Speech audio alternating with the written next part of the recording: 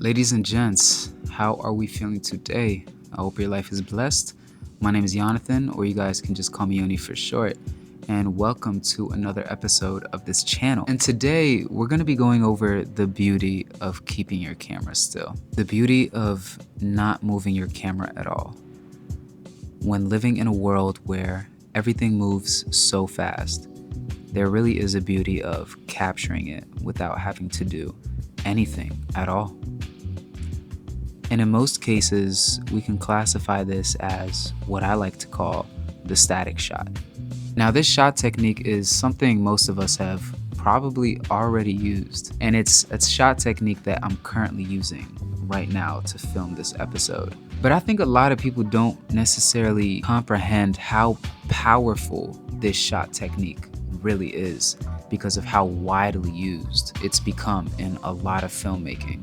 And when understanding how impactful this shot technique is and how impactful it creates for beautiful frames to be displayed in film projects, kind of becomes a little bit insane to think that a technique that's so simple and that can be used right now. It's so insane to think how simple this shot technique can be and that you can literally start using it at this very second. And there's also something about letting something play out cinematically with a still and static shot.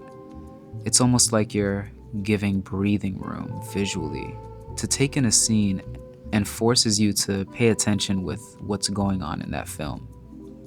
When you look at directors like Wes Anderson, we can see how he uses a lot of wide and static framing for his storytelling in his films that allows for absorption of certain scenes, or even Quentin Tarantino for his films.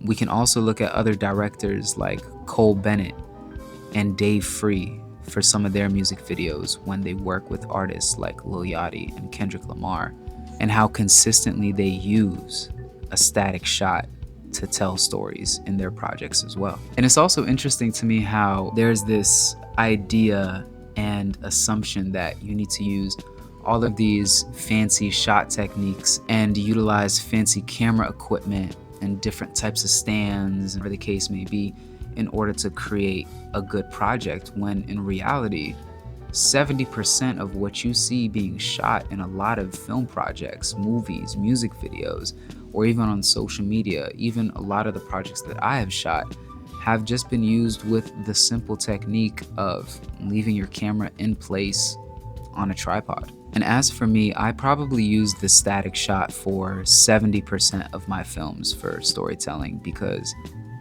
I want the viewer to pay attention to certain details and take in the coloring on certain aspects of my films and projects.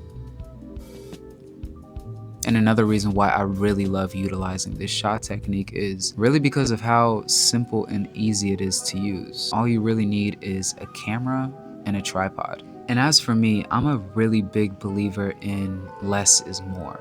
And when doing less with filming, directing, and paying attention to certain techniques, you really receive a lot more than what you had expected in your projects. And before I end this episode, let me show you guys some great examples of static shots that I have used for some projects. Enjoy.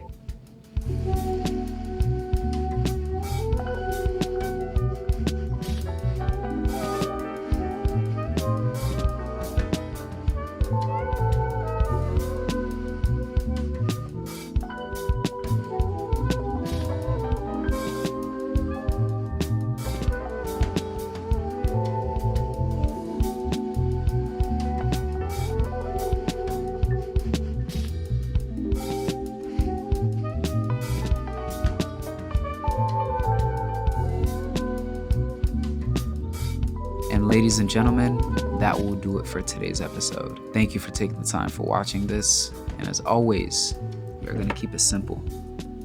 Deuces.